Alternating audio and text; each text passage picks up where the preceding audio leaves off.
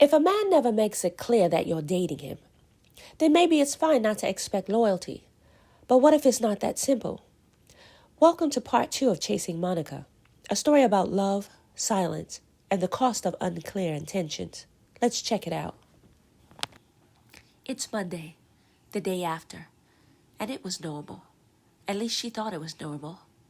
Monica Townsend stood in the break room, overwhelmed by her thoughts. Did she like both of these guys? Or was it just the attention? How in the world did I end up back here again? With the same look? With the same feel? With the same anxiety as I had before months ago? How? Well, that's a good question. It started like this. It's Monday afternoon, the end of the workday, and Dan the manager, caught her at the elevator. So let's pause for a moment and let me give you the deets on what we've learned about these men so far. Cameron, he's 29, he wears glasses, white man. Now I can give you the region of white, but does it really matter? He's smart, too smart, like weirdly smart. The kind of, are you being literal right now? Too smart. Probably a little neurodivergent. Tall, he's slim, toned, gentle in every movement. Dark hair, slightly curly, thick. Reads too much, like isolates himself reading, but definitely adorable. And most importantly, low-key sexy. Now Dan the manager, he's late 40s, early 50s. He's a widower, traditional Korean man, calm, soft-spoken, average build, but still low-key fine. Smart, he has a nice smile, too helpful, too observant. But he seems to take himself so seriously, like he only has one level of excitement if you had to put it on a scale, which equivalates to him showing a little more teeth when he decides to smile. And me, well, I'm chocolate, a smooth creamy brown, not dark chocolate, not caramel, like a toasty caramel, somewhere in between with a boop of cream mixed in. Nice body, not Cardi B, but don't get it twisted, cute enough.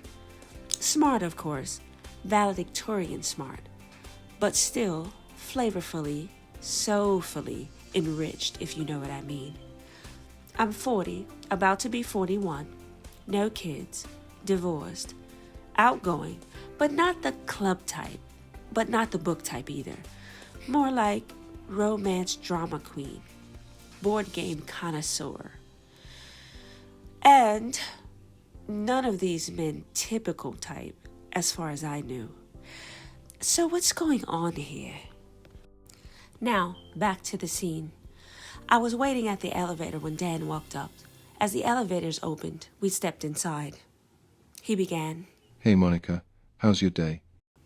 Hey, Dan. Oh, I'm good, thanks.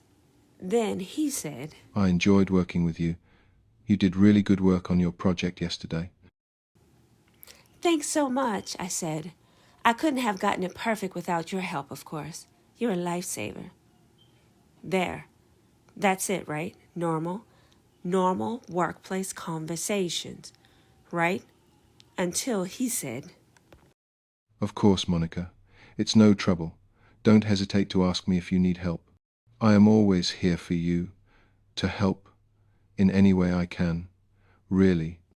See what I'm saying now? always here. What? So then I said, okay, thanks. But I know you have a lot on your plate. So much workload. Then he stopped, looked directly in my eyes, held the stare for a second too long. My inner voice started screaming, "What the hell? Why are your eyes doing that? Stop doing that." Then he said, I have time, so please ask me, okay? Seconds later, the elevator doors opened. He stepped out. I panicked. I said, "Oh, I forgot something upstairs. Thanks so much again. I'll see you tomorrow, okay?" Waved dramatically as the doors closed. He waved back, gentle and slow, watching me disappear. But I didn't go back to the work floor. Nope. I got off on the next one and took the stairs down like I was running from a ghost, still thinking, what the hell? Meanwhile, downstairs, Dan stood there for a moment after the doors closed. Something made him glance up at the elevator panel. The elevator stopped on the next floor, didn't move again. Dan's brows lifted slightly. Then he nodded to himself and walked away. Moments later, when I arrived back downstairs, I opened the stairway door, and there was Cameron, waiting. So the question arises, did he see me go back upstairs? Now that you know where we are in this union with Monica and Cameron, let's get back to the story. It's Friday evening, date night, the first date to be exact. She didn't expect much from the date, a walk maybe, dinner, something simple. But Cameron had a plan. He drove her out to the pier, one of those spots where the whole world feels slow and perfect, where the water is dark blue and endless, boats sway in the docks, and the lights from the restaurant stretched across the surface like ribbons. She stepped out of the car and inhaled. Wow, she said. He smiled like he'd been waiting to hear her say that. I thought you'd like it, he said. They walked along the boardwalk, breeze soft, lights warm, people laughing, somewhere in the distance. But it didn't distract them from each other. He stayed next to her, close enough that his arms almost touched with every step. Inside the Riverside restaurant, he slid into his chair, but not across from her, next to her. Close, too close. She swallowed. That's not coworker behavior, right? No, I don't think so. He definitely was trying to make a point. The conversation, it was easy, flowing like they'd known each other for years, laughing too much. He kept making her cover her mouth. Food, a disaster. She stole a bite from his plate. He smirked and stole some from hers. Their forks clinked like they were flirting in Morse code. He leaned in sometimes, arm brushing hers, leg bumping hers. Little touches that felt unplanned but absolutely intentional. Then he went quiet. Not shy quiet, not awkward quiet, studying her quiet. Then he asked, "Can I ask you something?" he said. "Sure," she replied. She wasn't expecting some full interrogation, but she thought it would be at least a little deep given the setting. Like, where did you grow up? Or how old was she when she first fell in love? But he asked, "What kind of air freshener do you use?" She blinked. "What?" He shrugged. "I just want to know." "Don't worry about it," he said. Weird question. Obvious reason. It's funny how the simplest, corniest thing that you would normally laugh yourself to sleep about suddenly became the most poetic thing she's ever heard. She felt heat spread across her cheeks, nervousness rising in her stomach, that feeling, that unmistakable feeling of attraction, longing, wanting, rising ever so smoothly out of her control. They left the restaurant and walked slowly along the pier, his hand brushing hers once, twice, almost like he was giving her a chance to grab it. She didn't. She couldn't. Her heart was too loud. And then, at the door, he paused. A long pause. Then, "Thanks for tonight," she said, voice soft. "Yeah," he said. "Me too." Then he turned and walked away. And then, a flash of earlier. Dan the manager, the elevator, the look, the wave. So of course, he saw it. Of course he did. Cameron's jaw flexed. Nah, I don't have time for that. He turned back. This wasn't something he was going to leave hanging. "Monica," he called gently. She froze. Her feet wouldn't move. Oh no. Oh no, no, no, no. If he kisses me, that's it. There's no going back to normal. Wave, breathe, move, do something. But nothing. Frozen, like a snowman on a cold winter day. He walked toward her slowly, calm, certain. He reached up and stroked her hair. Her eyes fluttered. "Oh, God," she said. You know I had fun tonight, right? Was it obvious? Was it clear that I think about you a lot? You do? She slipped. All control was out the window. You do. Two simple words that really mean nothing by themselves. But when a man has one hand at the small of your back and the other wrapped around her with a full-on embrace, they meant that this was her last chance to be just his coworker that sat 2 rows over. The last chance for an innocent, genuine friendship. The last cup of coffee with no strings. Her hand flew to her mouth at the thought of it. Oh, shit. I messed up. There's no going back now. Did I just give him the green light?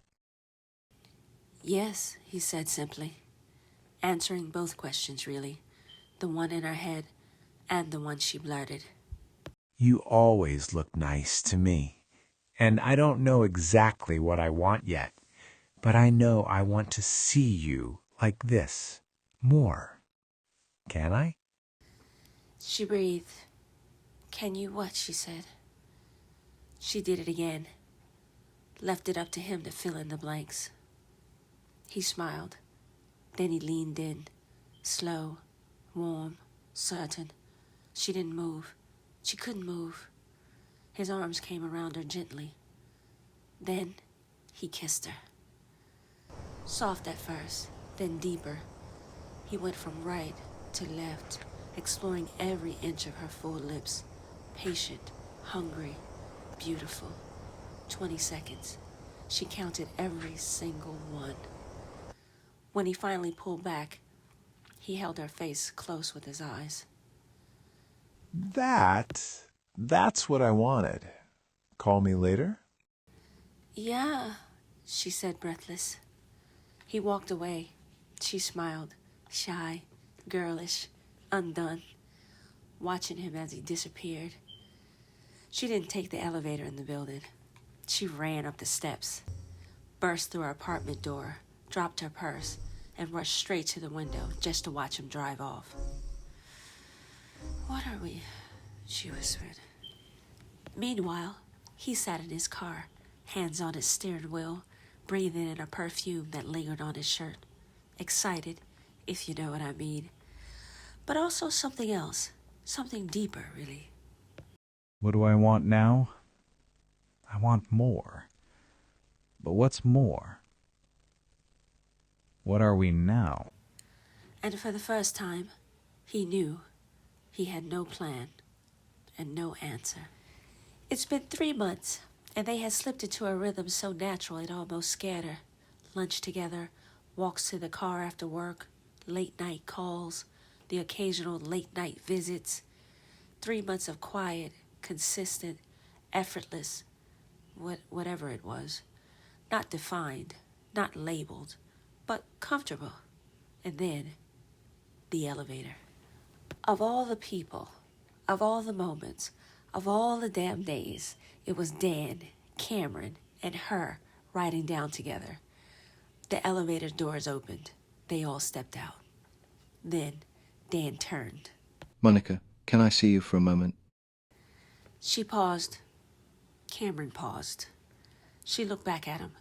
He gave a tiny nod, the kind that meant, go ahead.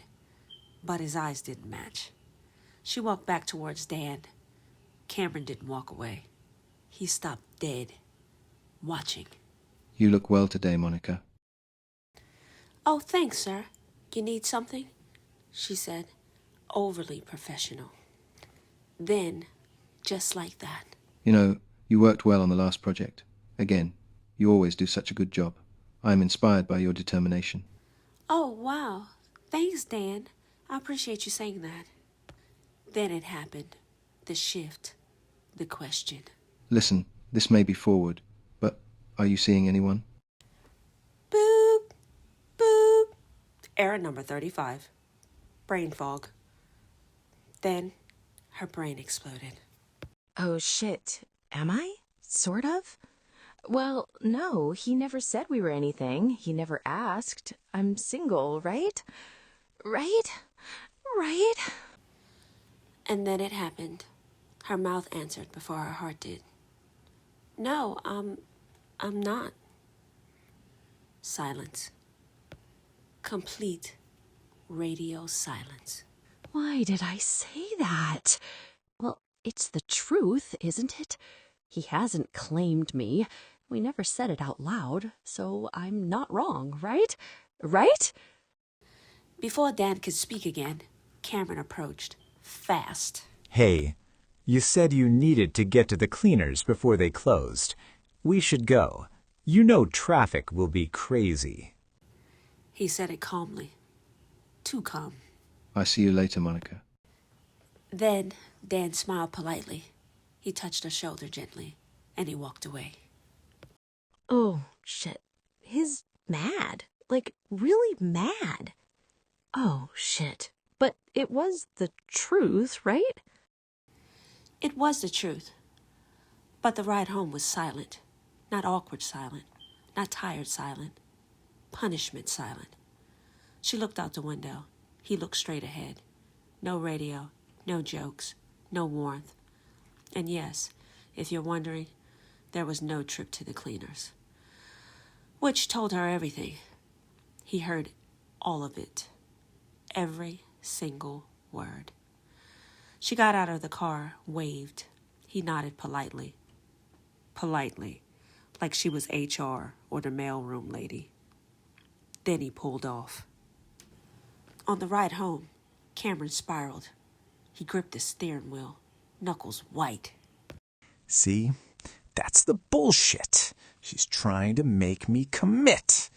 Hell, we are committed. What do I have to spell it out for her? We've been committed. What does she want? We spend so many nights together, almost every weekend. Has she really just said she's not seeing anyone? Really? Really? Okay. Now I'm pissed. Back at home, Monica's thoughts spiraled. She walked through the door and kicked off her shoes. She sat on the couch and thought to herself. Oh, shit. He was pissed. I was just telling the truth. I didn't even mean nothing by it. I wasn't trying to flirt with Dan. I wasn't trying to do anything. Why couldn't I just say yes? Because that would be me claiming him before he claims me. He should do it. He should say something. If he wants me to say yes to that question, he needs to claim me. That's not even what I want, but that's how it is. If he wants me, he needs to say it, not just fall into it like tripping off a curb. Claim me. Shit. Oh, shit, this is a mess. Oh, shit, this is a mess. By the next morning, she realized he didn't call, he didn't text, and neither did she. Two stubborn hearts, two hurt egos, two people who wanted each other, but waited for the other to break first. She did the only thing she could think to do. She called out of work. Dan was the first to notice. He walked by her empty desk, paused, then he smiled to himself. She never takes off. I wonder what happened. Interesting. But it was Cameron he watched. Cameron sitting at his desk, pretending to focus, but his jaw was tight, his hands still. Dan stopped beside him just for a split second, just to confirm what he already knew. Cameron saw the empty desk too. He always saw. Cameron sat at his desk, angry. His skin was the only thing keeping him from exploding. He shook his head in disgust as she called out. Then Dan walked by and gave that tiny, knowing smile, the one that older men give when they think they have a chance. Cameron snapped inside. His old ass. Oh, so he thinks he's in the running? What, because he's the manager? Because he's her age? Really? Did she say that because he's older? No. Right, that's not it. Right, I've been hitting it for 3 months. She's trying to get me to commit. Like this. This is low. Oh, this is so dirty. Is that it? Should I just tell her? No, that's old-fashioned. She knows what it is. She knows we're a thing. Right? She deserves me telling her what I want. Right? I want her. I need her. I crave. Nah, I ain't telling her shit. Her ass is gonna wait. She pissed me off. He opened his email angrily, like that was going to solve something. Meanwhile, Dan returned back to his office, sat down slowly, and quietly began to think to himself. I wonder if she'd give us a chance. I shouldn't get involved. I can clearly see that young man likes her. But obviously he hasn't done anything yet, or nothing important enough. Especially if she answered the question like that. She didn't come in today. Was that because of what happened? Or maybe she's just sick. I should check on her. No, let's wait. Meanwhile, Monica was at home cleaning. Not regular cleaning, deep cleaning. Wiping baseboards cleaning. Dusting things that don't need to be dusted cleaning. Trying to scrub the thoughts out of her head. Oh, she thought to herself, this has turned into something so crazy. She shoved laundry into the washer. 3 months. 3 months of perfect. She sprayed the counter. Now this. She scrubbed the sink. What am I going to do? Call out again? Yeah, that's what I'm going to do. They gotta wait. I'm not dealing with either of them today. She grabbed another rag, another spray bottle, trying to clean away the feeling of wanting him to call and hating herself for it. Later, she decided to take off of work. A whole week. 4 days passed with her picking up the phone and putting it back down, over and over, checking it, rechecking it. Nothing. No message from Cameron. Not even a "you good." Is that too much to ask? He can still be pissed, right? No, he is. And honestly, if it was me, I'd be pissed too, she thought to herself. Okay, I'm gonna call him. I'll call him today. No, I'll wait till later, after I fix my hair. Yeah, after I straighten up some more. She stared at the wall. No, I'm not calling him. I'll wait till later. Over at the office, Dan sat at his desk, staring at his computer screen, then at her empty chair across the floor, contemplating if it was okay to contact her. I wonder what's going on with her. She never calls out. She must be really sick. I should check on her. No, that would be inappropriate. Right? I'm her manager. No, it wouldn't hurt to check. Maybe just an email. He closed his eyes, his first real step forward. Then, he started typing. Meanwhile, 4 days had passed. Cameron was still sulking. He rubbed his temples. He missed her, but his ego wouldn't let him give in to it. 4 days? A whole week? She took off a whole week. And she should. She deserves time. She needs to get her mind right. But 4 days? No message? Really? Wow. She's wrong for that. I miss her. I should call and check on her. Nah, I'll wait a little while longer. At home, Monica was still pacing. She checked her phone for the 100th time. No calls, no texts, no Cameron. She sighed. Then something new appeared. An email from Dan? Her brows furrowed as she opened it. Hello, Monica. I just wanted to check on you. It's not like you to miss work. Please give me a call when you get this. Dan. Give him a call? Oh, that's nice. That's harmless, right? She debated for a second, then called him. Hey, Dan, I got your message. Thanks for reaching out. Monica. Hello, how are you? Thank you for responding back to me. I was worried. I know you don't normally take time off. Are you sick? I can stop by and bring you something if you need it. You still live in Red Bay Court, right? That's on my way. It's not any trouble, really. Oh, wow. No, it's okay. I know you have a lot to do. You don't have to go to all that trouble. No, It's no trouble. I'll see you later. That was normal, right? No? Maybe. He's not coming. Nah, he's not coming. He was just being polite. Then, a couple hours later, there was a knock at the door. Her heart leapt. Finally, it's Cameron. We can finally break this tension and get back on track. Good thing her habit stopped her. She opened her Ring camera. She froze. It wasn't Cameron. It was Dan. Dan, the manager. Oh my God. Bonnet still on her head. She ran up to the bathroom, like her life depended on it, ripped it off, fluffed her hair, freshened her face, and hurried back to the door. She opened it, face warm. Wow, hey Dan. This is a surprise. I told you I would stop by. A shared laugh, comfortability seeping through.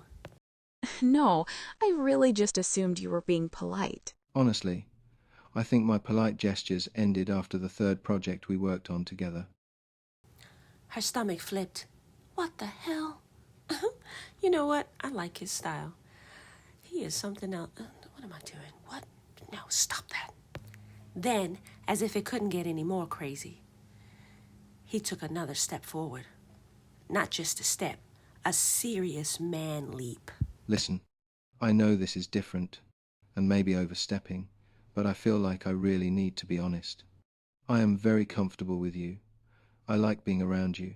You and I have both been through a lot, both widowed, both tired of games, and you bring me happiness. And it's difficult to get comfortable with people these days. I don't want you to feel pressure, but I hope I can be someone reliable, someone who makes you happy as well. I would like to see you personally and see where we can go. Just think about it and let me know.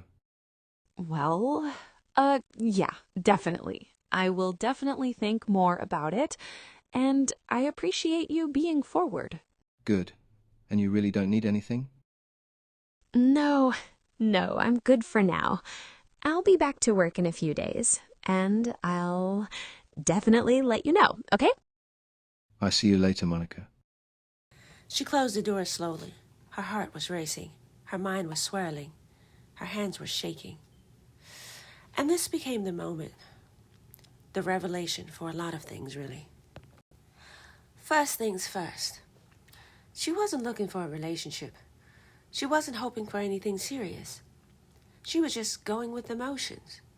It wasn't like she wouldn't have accepted something serious with Cameron. It was just, she was having a good time with Cameron. A great time. And honestly, he was too. He was good, really good. The kind of good that makes you think that God personally wrote your love life into existence good. She laughed to herself, shaking her head. Then it hit her. I mean, hell, he's been hitting that thing so good, I just knew it was a match made. But then Dan said what he said, and everything shook loose. But don't I deserve that? Someone who claims her, no games, no confusion. Someone whose words match their actions. Yes, Cameron shows up more than most men. He is consistent. He cares. He did all the little things, but sometimes it's not just about those simple gestures. Sometimes it was about a man marking his territory. Primal, simple, old-fashioned. I mean, not 1950s old-fashioned, but just being upfront, just being genuine and seeing where it can go. Like, hey, I really like you. No games. I want to see you. Let me be here for you. I want to be here for you. Not I want to be with you, but here for you. Do I think Cameron would do that? Yes, I think he's all in for that. Not just the fun stuff, he would, right? And maybe that was the problem. I shouldn't have to guess. I should know. I wasn't looking to Dan for anything, nothing at all. I would have easily just been with Cameron. But when Dan said those words, hell, my God, JJ stood up and took a bow, and he hadn't even, Anyways, it was just, suddenly I saw him differently. Not so much better, just real, and I liked that more. Me not having to guess, that's not wrong, right? No, it's what I want. Yep, that's what I want. Finally, all of the days of dating, man here, man there, going with the flow, she finally understood what it meant to actually know what she wanted. Then, a knock at the door. She froze. Dan again? She checked the Ring camera. It was Cameron. Her heart jumped. She opened the door, and he stood there looking perfect as always. "Hey," she said softly. "Hello," he said. "You've been out of work for a while. Are you okay?" Then his thoughts began to spiral.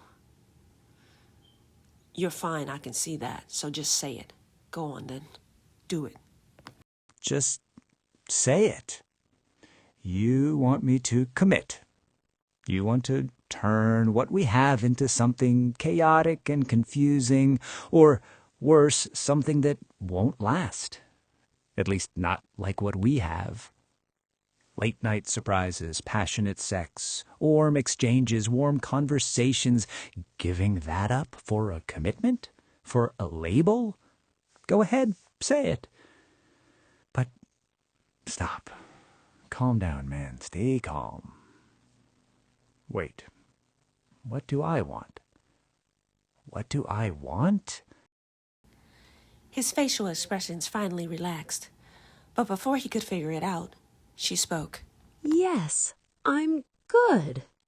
And I'm glad you came. I missed you. And I was planning on contacting you today. I shouldn't have done that. Dan, I'm talking about Dan, and I was wrong. You damn right you was. Completely wrong. Took you 4 days. How disrespectful. Then he snapped back. "It's okay," he said. "We're good." Yes, we are good. We are friends, and you can contact me whenever you want. You shouldn't feel like you need to or have to, so it's fine. No pressure. Light and fun. That's us, right? Anyway, I need to get ready. I'm going to visit my mom in a few. The words fell out of her mouth with no control. Her mouth literally activated on its own. Betrayal. It's as if she just impaled herself standing right there in front of him. His face, though, it said everything. Somehow, I think the knife entered through her back and hit him straight in the heart. His eyes widened. Then he shut down. Yeah, that's cool. Yeah, okay then. I'll see you later." He turned and walked away. She closed the door slowly, pausing, pleading. Then it shut.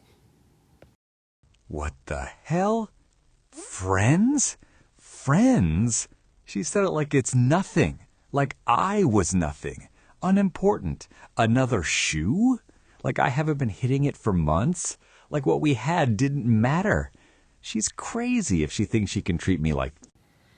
He stopped, reality checking his thoughts. He almost went back.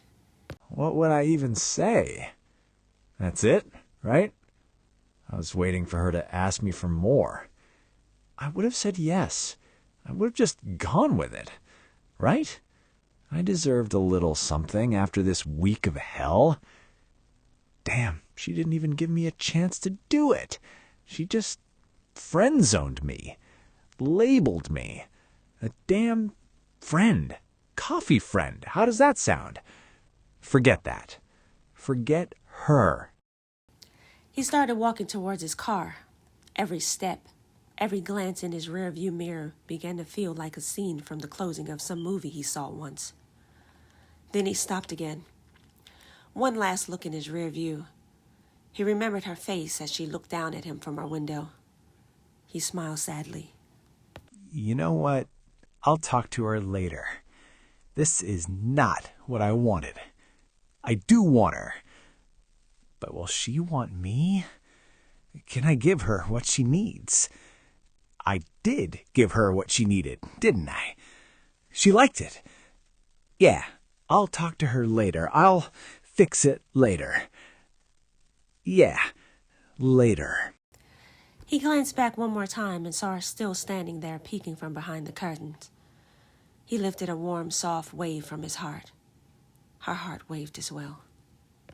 She watched him drive off, looked down at her phone, at his number. Her thumb hovered over the call. She almost pressed it. Instead, she hit delete. Her heart sank. Her lips dropped. Her stomach fell into her calf. It hurt so bad she was forced to sit down. Then she laid down on the couch, wounded. Meanwhile, back at home, Cameron sat on his couch. He hadn't been in this position in a long time. He stared at his phone. He typed, "Hey, we should talk later. Things are getting out of control, not going in a direction I was hoping. Let's talk tomorrow." He looked at it, read it once, read it twice, read it 3 times, but he didn't hit send. The next day when she awoke, Monica picked up her phone. Her eyes were still tired. She hadn't slept. No messages. None. Her chest tightened. She inhaled deeply. She picked up the phone and dialed. It rang and rang. He finally answered. Hello? I'm so glad you called. Hello, Dan. I had time to think, and I would like to see how it goes. So he didn't speak up. Someone else did. Whose side are you on? Leave a comment. And don't miss out on my other stories. Like and subscribe to follow the journey. See you there.